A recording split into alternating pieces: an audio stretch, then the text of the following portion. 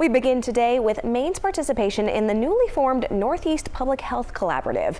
It's a group of Democrat-led states and New York City coming together, they say, to share expertise, improve coordination, and promote evidence-based public health. When announcing the partnership earlier this month, Governor Janet Mills said this: as the Trump administration politicizes and undermines our nation's public health system, our state will work closely with our neighbors to promote and protect the health and well-being of Maine people. Today, we're speaking at length for the first time with Maine CDC Director Dr. Pateri Vah. She says right now it's important to strengthen trust in public health.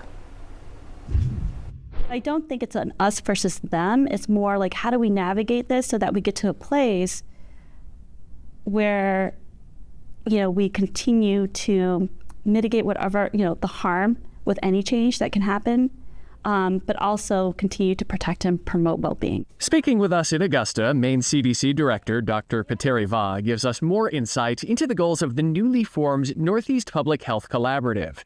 The regional partnership aims to share expertise and boost coordination, with a stated goal of providing information based on science, data, and evidence. Back in June, Health Secretary Robert F. Kennedy Jr. fired the CDC's vaccine advisory panel. Had that not happened, would this collaborative have formed in the same way? Oh, absolutely. We were already convening even before that. And this really speaks to why we would have formed, regardless of what happened with ACIP, is that we knew that we still had this mission that we have to achieve, and we continue to serve the people of Maine or to the people of each respective state.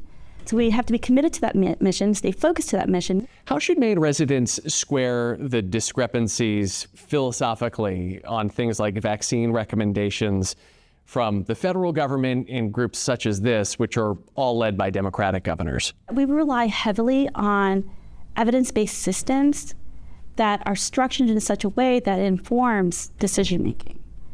And for us to be able to continue to, again, be committed to that mission, it's really important that we strengthen the public trust in our words and our guidance and our recommendations. Dr. Vah is also sharing insight on the challenges top of mind today for public health leaders, including vaccine-preventable disease. We have tried and true strategies in really improving disease burden, hospitalizations, stress on our healthcare systems, along with promoting increasing lifespan.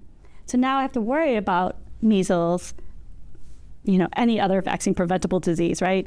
You can consider influenza and COVID a vaccine preventable disease as well. So now we have to worry about those threats as well, and our ability to control and contain to even to detect. How difficult is it? You mentioned the measles, mumps, rubella vaccine that's been in the national spotlight as well, with varying views on vaccine recommendations between the federal government and this collaborative. Is there any hesitancy from yourself and other leaders to say the federal government is wrong and we're right? I don't think there's a hesitancy. I think there's a recognition that we're going through a transition. And I think it's always better when we are able to work together and understand how we can actually align our work and complement that work. And I do think at this point, the transition is in terms of roles and responsibility at the federal level, and then what does that mean for states, and how do states absorb that change? The U.S. Department of Health and Human Services did not respond to our request for comment on Maine's participation in the Northeast Public Health Collaborative, but in a statement provided to a publication in Pennsylvania, a state also involved, a spokesperson claimed this move worsens public distrust in federal health agencies and aims to skirt CDC guidance, adding, Democrat-run states that pushed unscientific school lockdowns, toddler mask mandates, and draconian vaccine passports during the COVID era completely eroded the American people's trust in public health agencies. When you see those kinds of statements coming from the federal government, how do you react to that? I think those words are unfortunate. And maybe unfortunate is the only word I can think of to really describe that. And I say that because, health departments have always worked together. That's why. So this really isn't anything new. And we actually work across the political spectrum. We meet in different organizations, different associations. So this level of collaborative discussion and problem solving really is not new. Maybe the cadence and frequency has changed a bit.